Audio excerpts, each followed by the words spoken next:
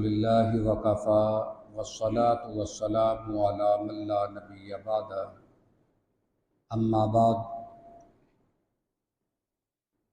سیدنا ابو ہریرہ رضی اللہ تعالی عنہ بیان کرتے ہیں کہ رسول اللہ صلی اللہ علیہ وسلم نے فرمایا، من لبس الحریر فی الدنیا لم یلبسہ فی الآخرہ،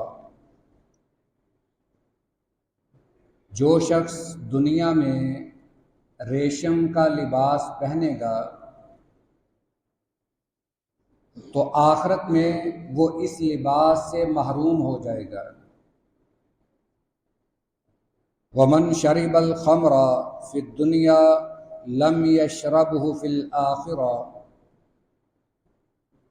اور جو دنیا کی شراب پیے گا وہ آخرت کی شراب سے محروم ہو جائے گا۔ ومن شرب فی آنیۃ الذہب والفضہ لم یشرب بها فی الآخرہ، جو شخص دنیا میں سونے اور چاندی کے برتنوں میں کھائے پیے گا وہ قیامت والے دن ان نعمتوں سے محروم ہو جائے گا۔ پھر آپ نے فرمایا، لباس اہل الجنہ و شراب اہل الجنہ و آنیۃ اہل الجنہ، اہل جنت کا ایک خاص لباس ہے اور اہل جنت کا ایک خاص مشروب ہے اور اہل جنت کے خاص برتن ہیں۔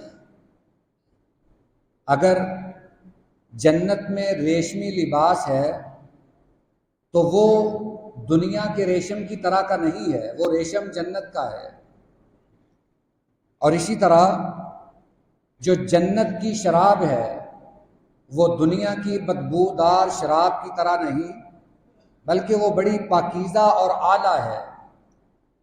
نام تو اگرچہ اس کا بھی شراب ہے، اگرچہ جنت میں بھی ریشم ہوگا یا جنت کے جو برتن ہیں وہ سونے چاندی کے ہوں گے، مگر دنیا کے سونے چاندی کی جنت کی چاندی کے ساتھ یا جنت کے سونے کے ساتھ کیا مطابقت ہے؟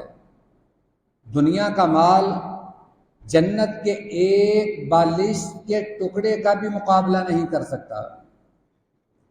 یہ مستدرک حاکم کی حدیث مبارکہ ہے، اس کی سند صحیح ہے۔ نبی کریم صلی اللہ علیہ وسلم نے اس حدیث مبارکہ میں ہمیں 3 باتیں ارشاد فرمائی ہیں۔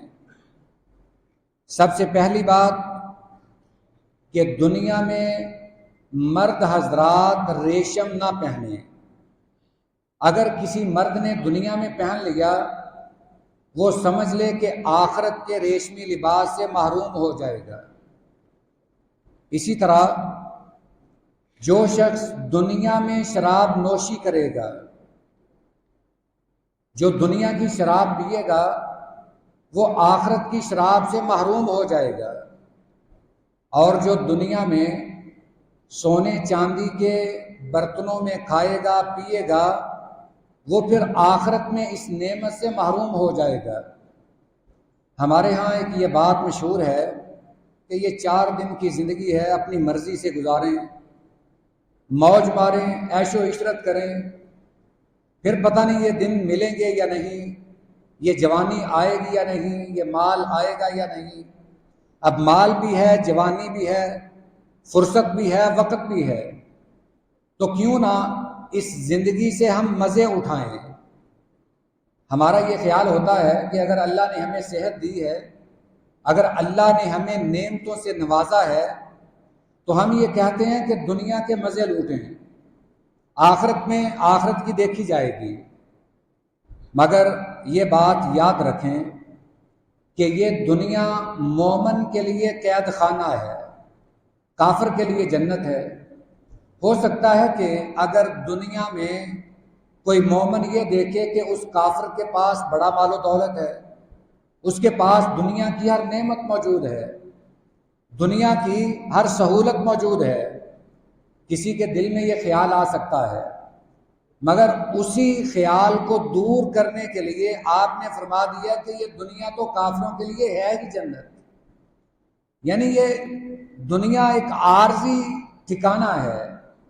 یوں سمجھ لے کہ ایک مسافر اگر نکلتا ہے تو وہ منزل تک پہنچنے تک جتنا اس کا سفر ہے وہ دنیا ہے، باقی جہاں اس منزل پہ اس نے پہنچنا ہے وہ آخرت کی زندگی ہے۔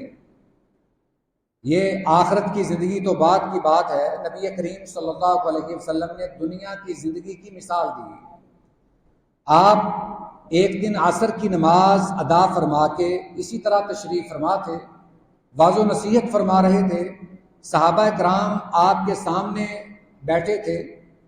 آپ نے فرمایا کہ مجھ سے پہلے یا تم سے پہلے جو امتیں گزری ہیں ان کے مقابلے میں تمہاری عمریں ایسے ہی ہیں جیسے یہ اب تک سے لے کر غروب آفتاب تک کا وقت ہے۔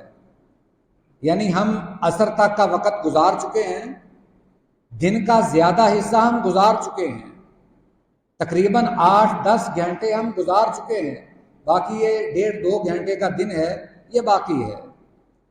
امت محمدیہ کی عمریں پہلے نبیوں کی امتیں کے مقابلے میں ایسے ہی ہیں کہ جیسے پہلے نبیوں کی امتوں کی عمریں فجر سے لے کر عصر تک تھیں، اور ہماری امت کی عمر عصر سے لے کر مغرب تک ہے۔ اس سے یہ بھی ہمیں عبرت حاصل کرنی چاہیے کہ پتہ نہیں ہم نے بڑھاپے میں جانا ہے یا نہیں۔ ایک امید ہے نا کہ ابھی تو جوان ہیں، بوڑھے ہوں گے پھر ہم پہ موت آئے گی، مگر یہ بات یاد رکھیں آج کل ہمارے جو معاشرے کی یا امت کی کیا لیں جو ایوریج عمر ہے وہ یہی 60-70 سال ہے، بمشکل اب یہاں تک بھی کوئی نہیں پہنچتا ہے۔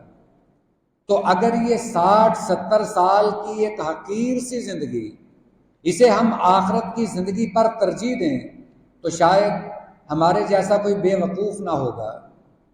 اصل عقل مند وہ ہے جو اس دنیا کے مقابلے میں اپنی آخرت کی زندگی کو سنوار لیتا ہے۔